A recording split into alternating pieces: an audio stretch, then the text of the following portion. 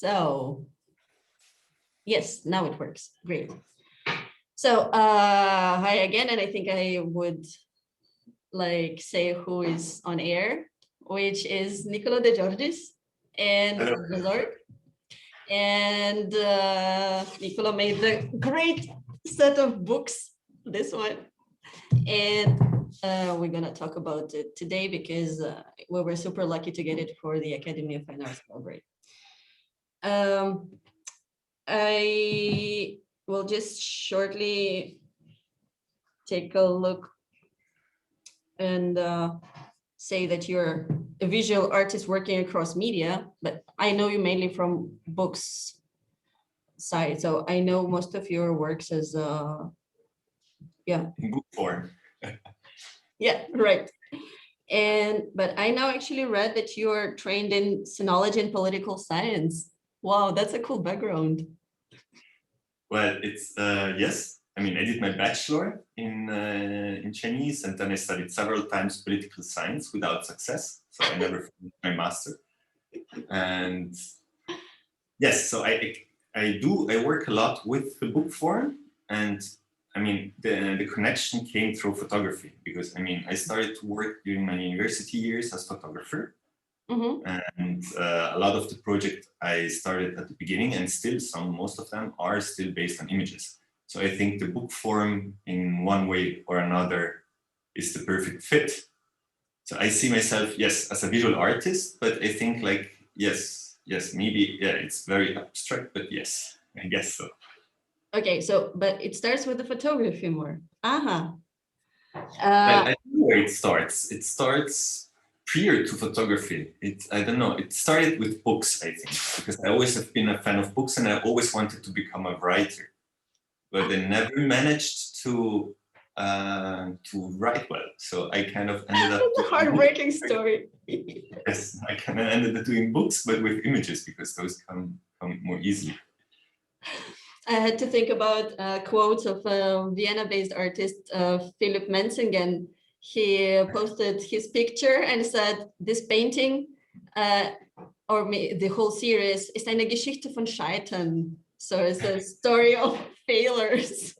But it is somehow, and there is no other way of learning than going through failures. So. And successes, both. Yes. I wanted to ask, because when I read about this background in political science, so like theoretical study, I wanted to ask if this set of books comes from your archive work, or how anyway did you come to this idea? How did it pop up?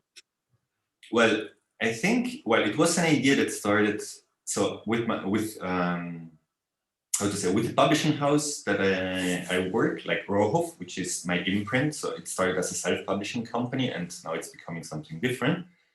I started years ago to start to work more with archives. I think that's something nowadays many people end up doing because there's this coming out of all these images that were hidden in archives, and now through these digital scanning techniques and also through the web technologies and so on, we can access all these images and start to filter them, to digest them.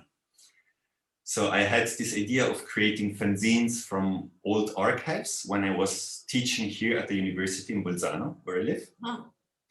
And so I started with students to work a lot in the form of fanzines as an assignment.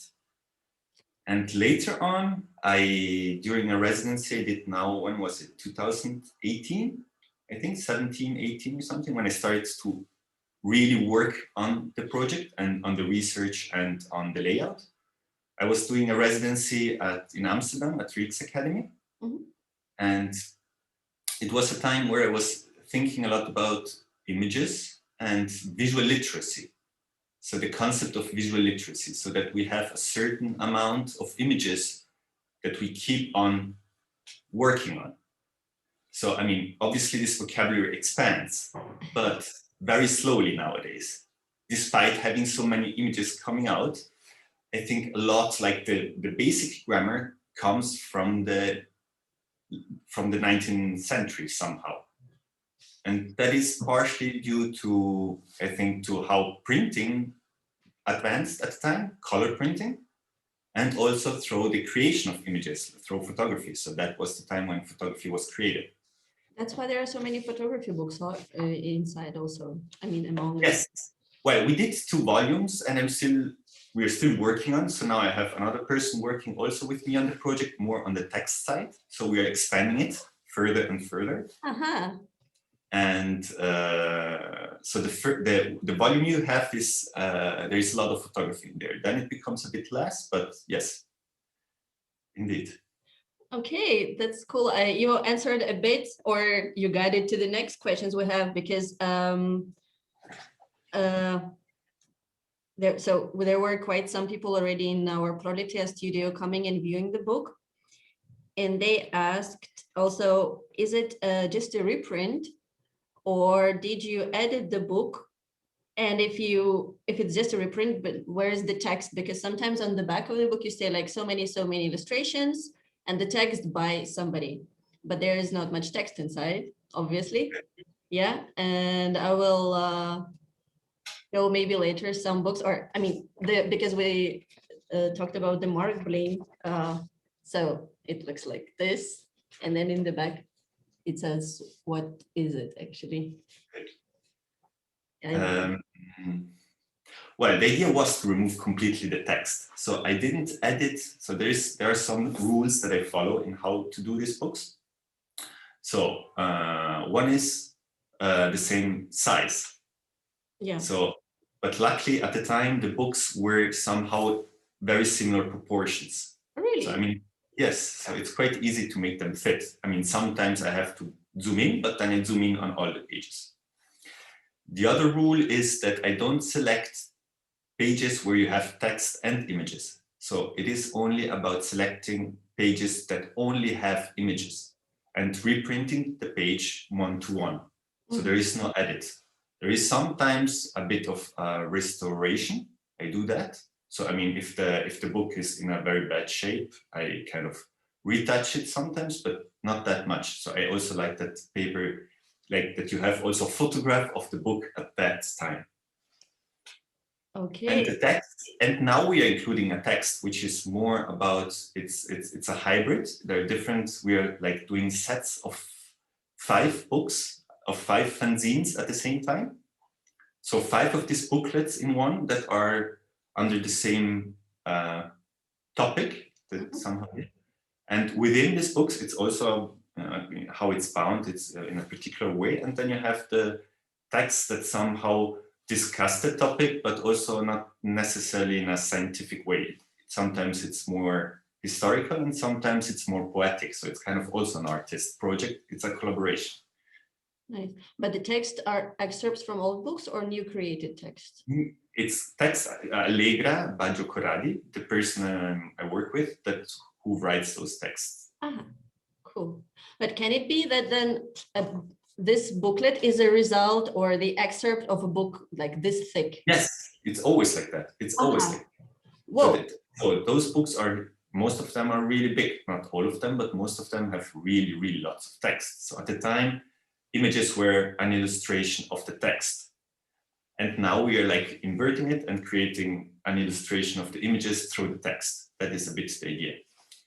And so one of the rules was also that since those are all 16 pages, the booklets, they have all the same amount of pages, you need one cover, you need one cover title, which goes on the back, and then you need 14 pages that have only images. So that was one of the rules too. So basically, I did, most of the work is about selecting the images. Because through selection of the images, you give a different meaning to the book itself. Yeah. You give a conceptual meaning to the book. So that is somehow also, that is, I guess, probably the more subjective and personal work that comes into the book. There was the question also, like, was it mainly editor's work for you? So did you feel more like the editor of those books? And another one was, so again about the rules, yeah. What was the rule of choosing the books? How did you choose them? And where did you find them? So 3 questions in a row. Okay, I will take our question. One is, the first one is about the editor, right? Yes. Yeah. So yes, I do see myself more as an editor. So I mean, I do other projects too that are way more where the images are created by me. So in that case, I'm more of an author. I don't see myself in this case as an author of the book. And regarding how I selected the books, I mean, that was the fun part, because you have obviously a lot of blogs that also deal with material that is now in the public domain. Because basically the thing is that all these books are very precious books, but most of these books are also unknown books, because nobody's interested in a book made out of, because that is not a book important for the fine arts, or also for photography. I mean, we have some, in the history of photography, there are some books which are like the history of photography, but you have so many other books that contain photography that don't belong to that. And since I was really trying to look at images in a very democratic way, it was about discovering books that were somehow unknown. So the process was like this, like, okay, what was important in that time? So air balloons. So then we started mostly through the archive.org, which I don't know if you know, it's a website. It's called archive.org, and you find a lot of material, and it combines all the libraries that are mostly North America and UK, but not only. And then you have other archives. You kind of dive in by like looking through all the books that have air balloons or corn or mushrooms or whatever. So that was somehow, or photography or so on. So it was also discover, like that was the nice part, I think, like diving into this and traveling through these books. Nice, because I wanted to ask about traveling. I didn't realize there are quite some books about, like, from America, obviously. So also the one I liked a lot was this American crops. Or yes, I know that, where you have them like the agricultural grasses.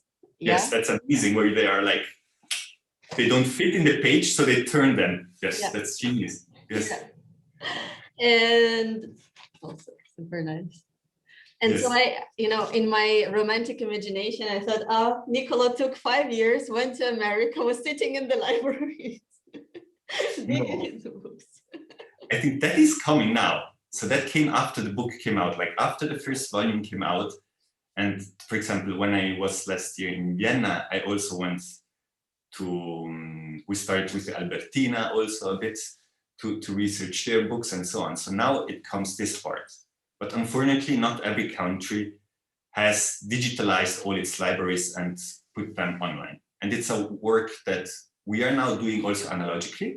So we are now, but it was somehow cross going. So, I mean, you were going to a library and you were seeing a nice book, and then you were trying to find it already digitalized. It was going more this way. And now it's kind of doing both ways. A bit of advertisement, I think, in Austria. So especially, like, I know Books of Arts Academy are all digitalized, but also in National Library, I think almost everything you can already have online, which is really cool. I also had a question, but I forgot one. Yes, actually, about the layout. So is it the cover of the book original, or why is the title always in the back, and what is the cover part, and how did you choose that, or design that, or stole that, or? Well, I mean, the idea was to kind of create fanzines of old books.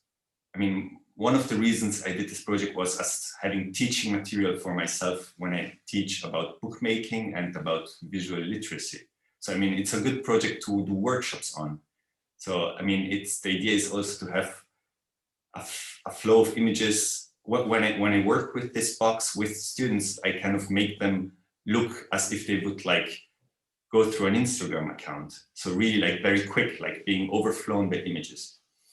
So the idea of doing fanzines of very expensive books was to bring it very down to a very simple way of layouting them. And covers some of them were amazing. So I usually tend to use the cover of the book as the cover of the fanzine. Mm-hmm. But at the time, the books, not all the countries had covers for books. So that's something that ended up coming out towards the last 50 years of the 19th century. So before, books didn't have a cover, they just had a spine. And the cover usually was marble. So you end up having the same book in different libraries with different covers, because that was not an essential part, because they were bound and rebound, the books. Many of the books were very expensive at the time, so you were not buying the book in once, but you were buying it in different pieces, and then you were bringing it to a bookbinder who was then binding it. So the covers are usually the original covers, and when there are different version ones, I choose the one I like more. Okay. And since you have a cover, I like the idea of the back cover as the credits. So as if you have like, so it's actually the page in the book, but I put it on the back also to kind of know what book it is. There is no spine. A lot of covers don't have a title. So you have all the information on the back side. Okay. So, yeah, actually, yeah, I do know about this tradition of rebounding the books, but it took me actually some time. I mean, it's a very simple principle, but I was always looking, automatically opening the book and looking for the information like on the first or on the last page. And about this visual literacy or the flow of images, I really like how you put it. And also one of the visitors and participants of or members of the atelier, it's Robert Breton. He put it like this. He said it's an encyclopedia of illustration, or like visual encyclopedia, he called it. Yes. And I really liked how it sounds. It's 19th century is in so many ways a great moment. I mean, we didn't choose we chose the long 19th century. So yeah, I wanted also to ask about the time frame. Why? Yeah, I mean, you already told a bit like that basically this visual vocabulary that we use now is coming from 19th century, basically. I wanted to find fast, but of course I won't. This very nice slavery alphabet. Yes. Yeah, I think it just matches to the vocabulary topic, but it's awesome. There are so many things that are interested in that time frame, because I mean it's a longer time frame. So it's not 100 years. It's 125 years, I think, like the number of booklets in the box. So it goes from the French Revolution to the First World War. So it's like between two big social and historical events. Mm. And in that time frame, so much happened in terms of technology, in terms of society, but it's closed. So nowadays it's really hard. I don't know how they will do it in the future to go through all the images that were created in our time, because I mean, I don't know how they will be accessible, but that time frame is closed. So it's a definite, it's not an indefinite amount of images. It's a definite amount of images because books are preserved, are in libraries. So you indeed are able to create a vocabulary of those images. So a dictionary of illustration, that is basically it. So it is about trying to understand how they were visualizing and how they were like at the beginning, because now we have so many images in us. That is what fascinates me. So we are born with images within ourselves. While at that time, people, I mean, they were discovering the image, indeed. So, I mean, it was a time where most of the people didn't see stuff printed in color, didn't see photography. So, I mean, it was all a discovery. So it was kind of going back and having that refreshing energy that I guess they had at the time, that curiosity. But nowadays we are a little bit, I think, sometimes loaded a bit, no? Yeah, a bit overloaded. It was really a refreshing feeling. So like diving into these books, I think it was something like, you know, you were like Jacques Cousteau diving into the original archive and us diving after you and following you. It's great. It's really a great feeling, and really to try to see through your eyes, through the eyes of the photographer, the reality that used to be there, which actually in many cases it's still available now. I mean, also even the musta, the ornament, yes. Yeah, it's still around us. I mean, okay, Vienna is a very historical city, but anywhere, yeah, the textile patterns, they are still the same, basically. And it's very interesting to see how they were designed and first published, for example. Yes. But I have a question. I didn't have the patience to count them, but it's like, is it 125 in one box or is it 125 in both boxes? It's 125 in each box. Okay, then the question There's is. just one exception, that there is one box because there's volume 1 and volume 2. Yes, and we have both. You have both, exactly. Yeah. So then it's 125 in each. Ah, okay. But did they come out in one row, or did you make like volume 1, then you took a holidays for a year, then it was the volume 2? It was very complicated, but it's kind of what I did. I started with the volume 2 and then the volume 1.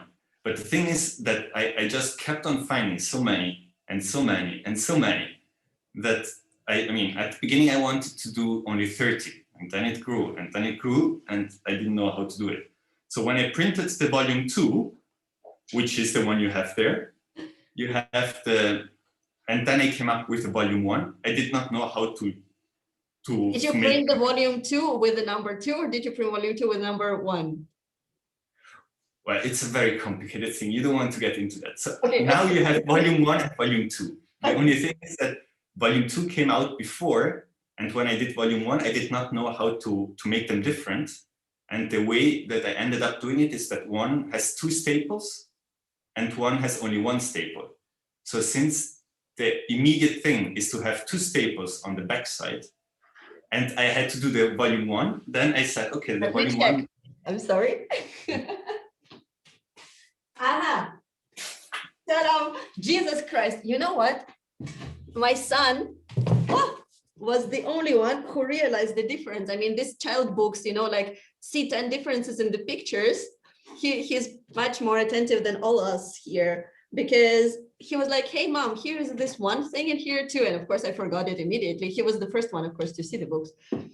Okay, now I see the difference, but it's not like one is more with photography, another one is more with well, it started more with photography at the beginning, so it became quite organic. I mean, there is no real logic behind it, rather than just enjoying it, doing it. So I think it's a very spontaneous act. It's not, I mean, I'm not a art historian. I don't have any of that interest initially. So, I mean, it's more like also to fuel my interest as artist. So it's very spontaneous. It was exactly what we did. I mean, also the books give this feeling. So basically we were, just playing a game, like picking the book, who gets which one. It was really interesting because it was also kind of fortune telling, because doctors, they were picking up the book about, I forgot what it's called. There was there's the head, the outline, and then you have the brain and the eyes and everything, and it's written like the the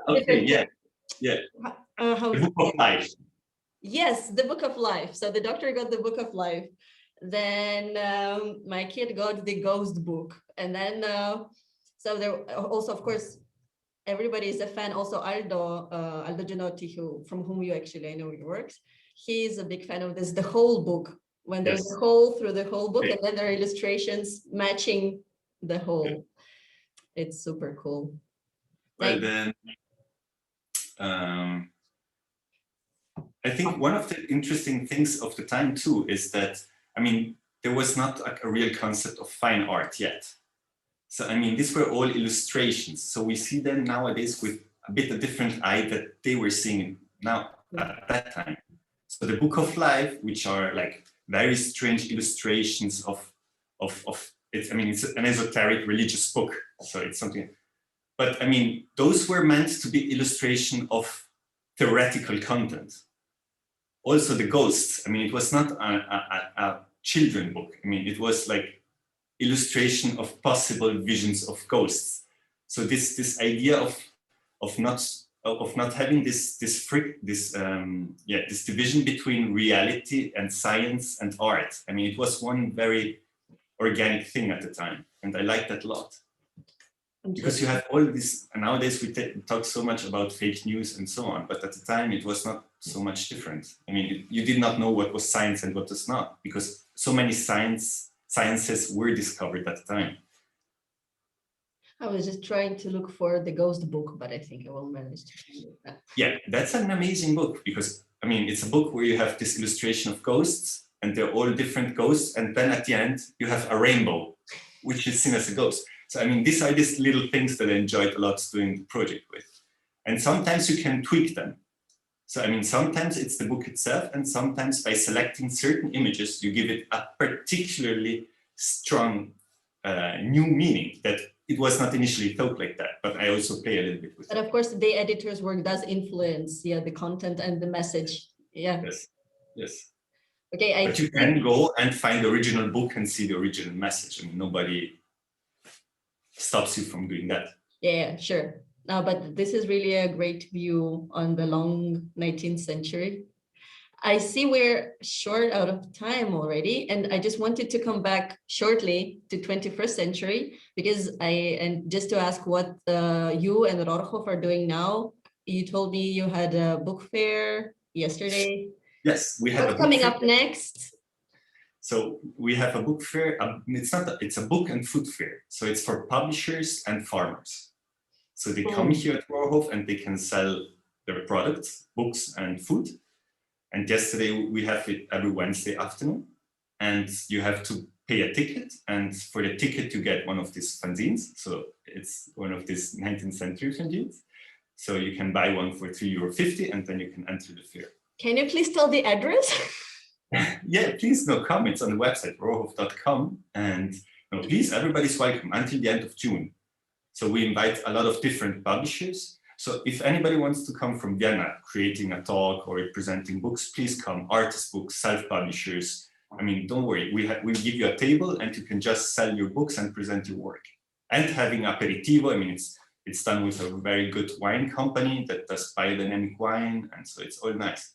Okay, I think I already have planned for my holidays. But I wanted also to get back to the 21st century, because the thing is that it was born as also as an educational project, because you can give them to students. Students connect to one. They can find the images online in high resolution, so they can work on them if they have to lay out books. But one of the idea was this is the long 19th century, and we are now creating an archive of the short 21st century. So basically, with all the workshops I'm doing in different universities, I did one also in Vienna. And so with the students' work, the students create a fanzine in which they kind of connect a contemporary topic to one of those. Mm-hmm. And these new fanzines become an archive. We're not selling them, but we have it for the short 21st century. Wow. So that's somehow how we want to connect the two. Because it's a lot about the Anthropocene. Because when you look at that project, you see so many things that change nowadays. I mean, and so much of this change comes from technological advances that were at the time. So it's kind of this, you have a long and now we have a short 21st century, because I don't know how long it's going to last. So we have to be quick to document it. Oh, that's fantastic. And well, I also have to pat myself a bit, because out of all the books I've seen made by you, I somehow thought, I think this one just has to be in Arts Academy. So I asked to order it because I thought, yeah, this encyclopedia of illustration or this visual vocabulary is something that our students have to have access to. And I'm so just super glad that I could guess the intention, although I had no idea that it was also like an academic project or something that you would also use for teaching. But absolutely. I'm very sure that people are gonna enjoy it a lot. Yeah, absolutely. And I mean, one thing is like also students create a lot of work while they're at university. And it's not necessarily archived. I mean, it's distributed within the university if they do like a final thesis. But within the period, I mean, it all stays within the different universities.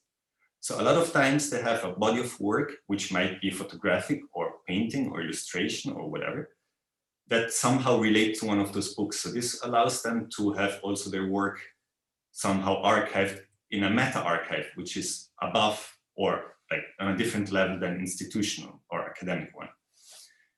So if you want to do like a 3-day workshop where we just create a lot of fanzine, let's do it. Yes. Well, okay. I think that's all sounds just great. I'm so happy we managed to do this call. And Thank you for inviting me. Then probably we see us on the book fair. No, if you want, yes, I will send.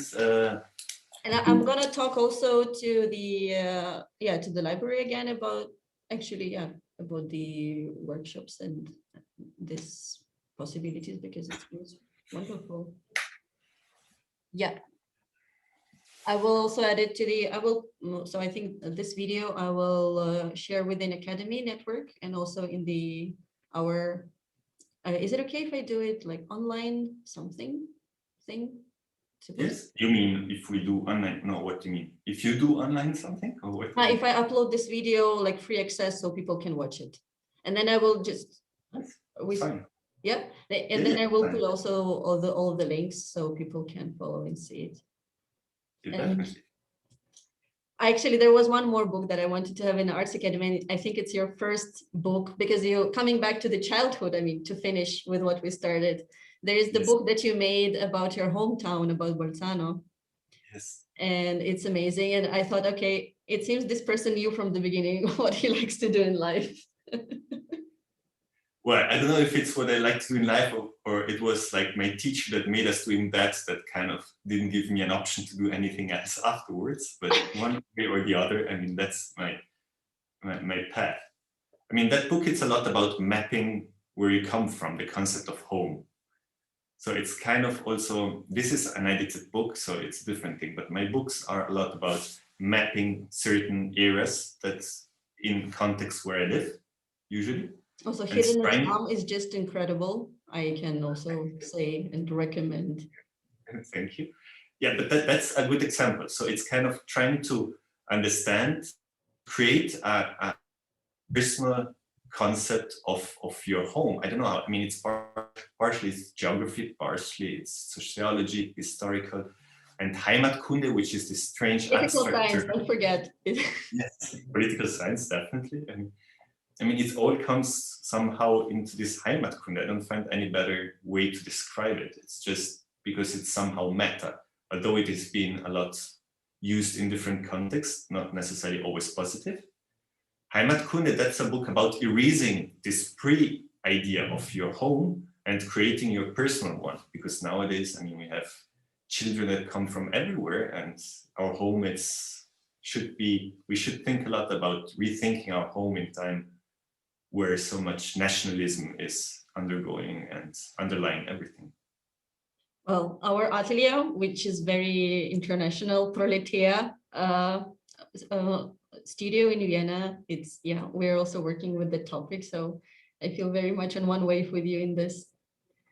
And as for kids, well, I have to say I'm a bit guilty. I made some pressure on my kid already. I was like, yeah, look at this book. He did it. He was only 2 years older than you. So when you're in school, bring something like that home too. Yeah, but I had a very severe teacher. I don't know if you want to put him through that. Okay, then maybe we see what happens in 2 years.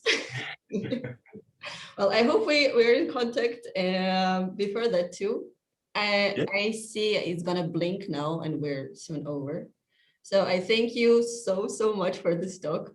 Thank you for inviting me and for including the books in the library. I mean, no better place to have books. Where they belong to. Okay, I wish you a nice rest of the week, nice weekend. And anyway, we stay in contact and I send you also all the materials when we're online. Yes, please come all to the Wednesdays. Yeah, everybody come to Wednesdays. Okay, ciao, ciao. Ciao.